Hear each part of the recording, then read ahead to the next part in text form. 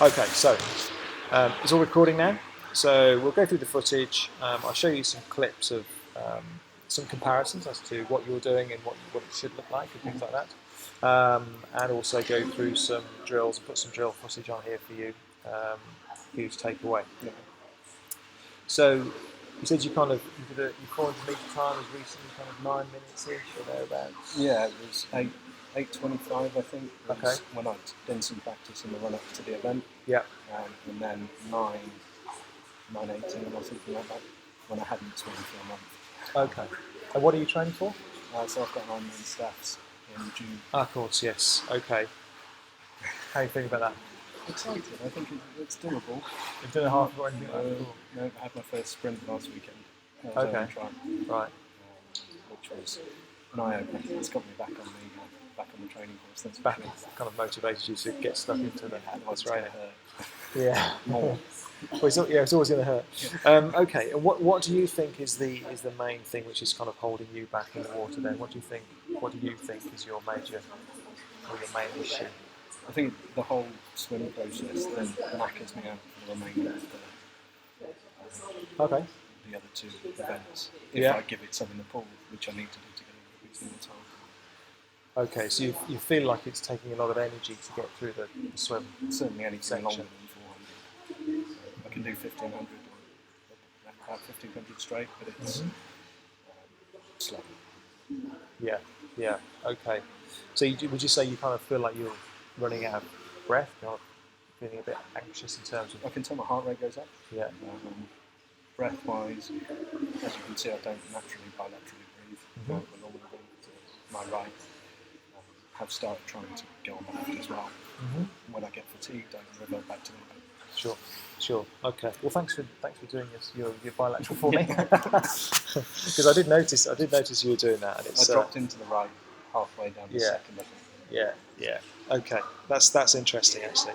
Well, when we look at strokes, we look at things in a particular order because we have a thing called cause and effect. Sometimes people will think that there, for example, might be an issue with their legs lying low in the water, but in actual fact, that is a result of something else going on further along the chain. So, for example, if you were to hold your breath or if you lift your head up high, that would cause your legs to drop. So we look for things in a certain order. Now, it's interesting you say you kind of you feel like the triathlon, like the swim element kind of drains you, and you kind of get a bit tired through that. At the start of the race because of that. Very often that's because people are holding air in your lungs, or holding your breath. It can create a build-up of CO2, and it kind of makes you feel like you're kind of fighting for air all the time. And feel like you're working much harder than you need to in the water. So we'll have a look through and see what we've got. Certainly when I first came into the pool, probably November time, first time in a long time. Yeah. Like years. I noticed I was holding my breath a lot. Okay.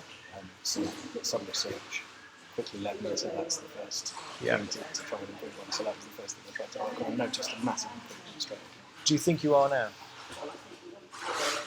No, I don't, but you're going to prove me wrong. Okay, all right. Well, it's difficult for me to see, in fairness, from above the water. This is where this kind of kit comes really valuable. I genuinely don't think I am, because I do try and focus on, or certainly did focus on the constant. Okay. All right. So the first thing we're looking at from this side view is the kind of the profile of the head and the body in the water. Okay. So what we see first of all there, I mean, I'll take you through it on the stroke because you just pushed off the wall there, but is how far out of the water you're actually coming when you're turning to breathe. So we're waiting until we turn to breathe to this side. Now we're about to go into the water here. But it's similar to the first one. Now, how much of the Swim Smooth books have you read? Enough to know that ain't right. Yeah, okay. So ideally we should be keeping low in the water. To create the bow wave. Yeah, create the bow wave, all that stuff. And the side of the face. Yeah, so the Popeye breathing. So if I show you, which I'm sure you've seen as well,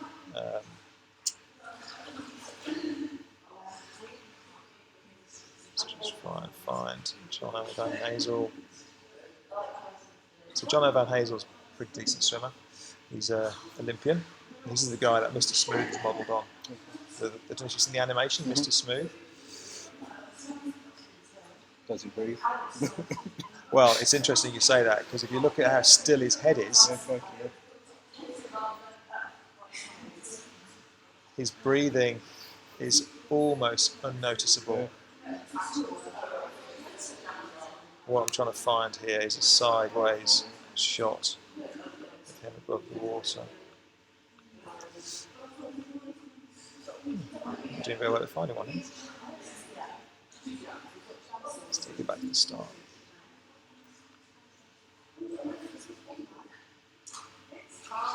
Here we go.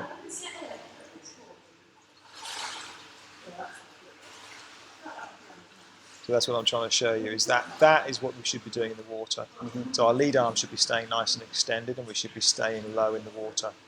Okay. Popeye, what we call it, or split vision. So you've got one goggle in the water and one goggle out. That will stop you lifting your head up. And when we have a look underneath the water, the effect of you lifting your head right up like that is causing your body, it's causing your body line to drop down. Okay, cause your legs to drop down. Now, just take it back a step.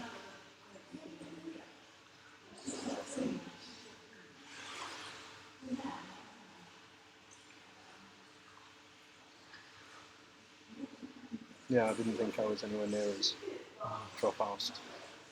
So what's happening here is you're lifting your head to breathe, and not only that is you don't have the support of the lead arm at the front now. So if you imagine you're turning to breathe now.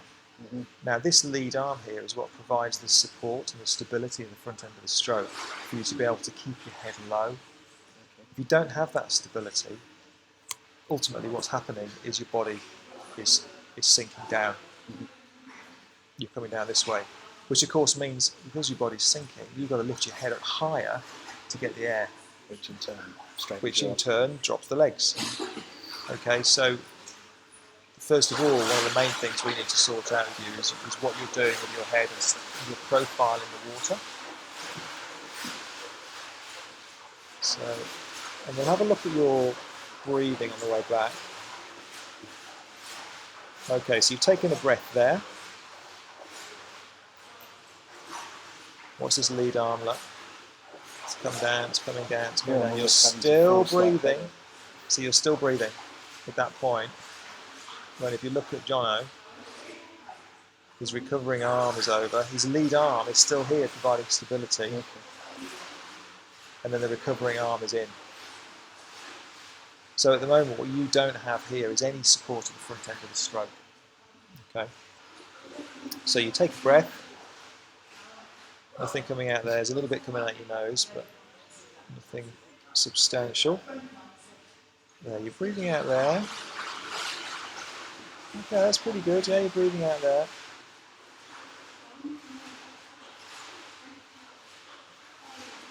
So yeah, look. This is why you're dropping right back. Dropping right back in the water. Right down, I should say. And then having to kick double hard to get the balance of that. Yeah.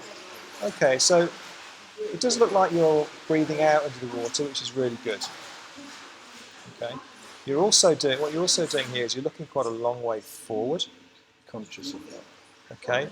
Lifting ultimately what that does is it makes your head go up. The further forward you look, the further down the legs will go. So we can try some head positioning. So try getting used to swim, looking at different positions and seeing how that affects your body position.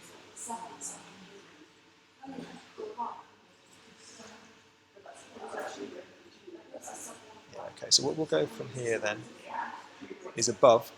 Now this is where we'll see what's happening at the front end of the stroke. So when we're swimming, what we want to be doing is trying to swim ultimately as though we're swimming along a tube.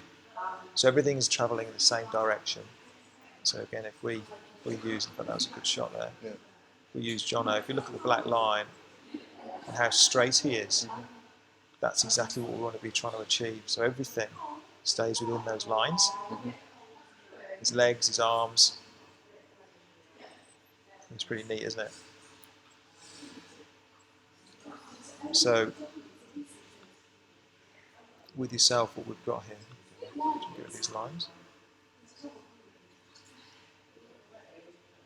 We're over rotating, so you're completely on your side, and because you're losing the stability at the front end of the stroke, what happens is your legs have to compensate by really kind of splitting and giving the balance in the water and a big old kick to get yourself going again, because you'll be stalling at the front end of the stroke because you haven't got any propulsion there. So you should always have a hand that side of the head.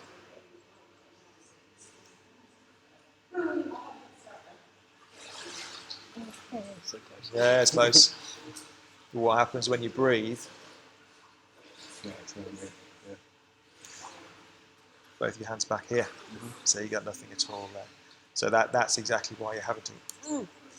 And of course, this makes this drop, and these are all the things which are causing drag in your swimming. So when we look at swimmers, there's two major kind of components, if you like. There's what causes the drag, and what causes the propulsion. So how do we reduce the drag, and how do we increase the propulsion in the stroke? Most people that I see suffer from the drag is the major issue. If we can sort the drag out, then the propulsion will naturally kind of improve, and then that's kind of the next step of the correction, if you like. So with you, it's certainly the drag side of things that we need to sort out, and that will naturally make you quicker without even improving the propulsion. We will do that naturally anyway, but even without working specifically on your catch and your pull through and things like that, it will actually improve the speed of your swimming. And hopefully the ease of which I can swim at the current pace. Absolutely. Yeah, absolutely. So what we'll do then is we're going to get you to, first of all, do some work on your head position. Get you swimming with some fins on. And if I just show you.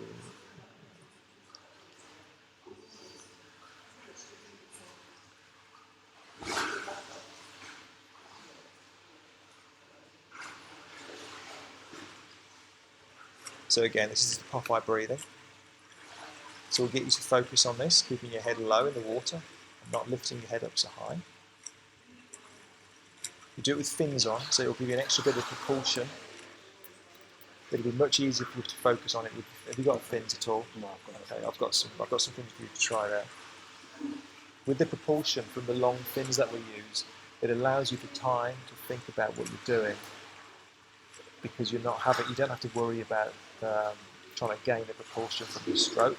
It comes more easily because of the fins, so you can focus more on actually trying to what your hands are doing and what your body shape is doing and things like that. Okay, so we'll do some work on that. We'll do some work on head positioning in terms of where you're actually looking while you're swimming. And what we need to do is we need to provide the front end of the stroke with the support. Okay, if we can get that support there, it'll make it easier for you to turn to breathe and keep your head low, which will keep your legs up. Okay, so you've probably seen these drills. So keeping on your side.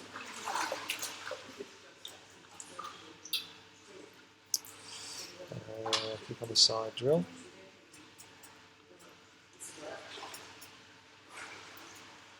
So again, fins are needed for this. So what's happening here then is he's completely on his side with the arm out straight. And he gets him used to being nice and straight in alignment, as in literally going in a straight line, but also turning to breathe and keeping that lead arm high. You can also practice your constant exhalation out here, which you're kind of doing pretty well anyway, but it's something else for you to focus on. So we'll do some work on that.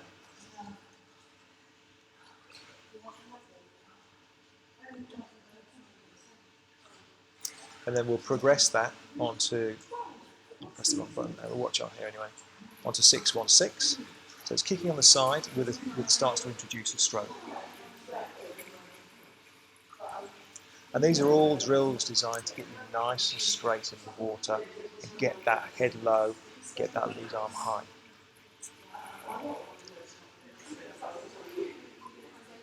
Okay, so that's 616. And then what will happen after that is we'll see how we get on, but I'll put it on here anyway so you've got it on the recording. Is the natural progression is 636. They just love technology.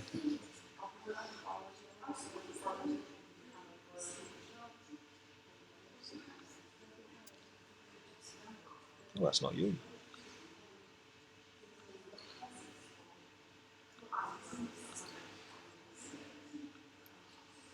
There we go.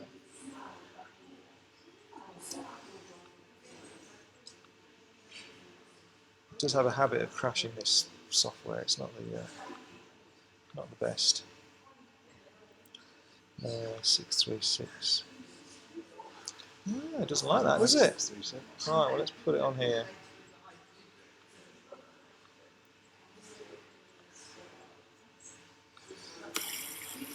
So 1, 2, 3, breathe.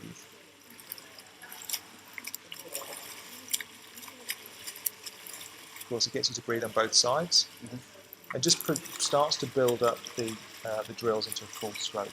There's 656 as well, as it kind of progresses on from there. Okay, they are the main drills for us to work on today. It's very straight, isn't it? Yeah, yeah. And actually, what it does here is actually kicking on the side exaggerates, because you know you said you were rolling onto your side, completely onto your side. In actual fact, it should be about 45 degrees in the water. But as you progress, it kind of almost over-exaggerates. So some people under-rotate. So this gets people used to fully rotating. What we don't want you to do is to fully rotate every time you take a stroke. So when he takes a stroke, he only rotates to 45 degrees. Okay, so they're the drills we're going to go through today. Spend some time. If we can spend some time nailing those, then that's going to make the world of difference to you.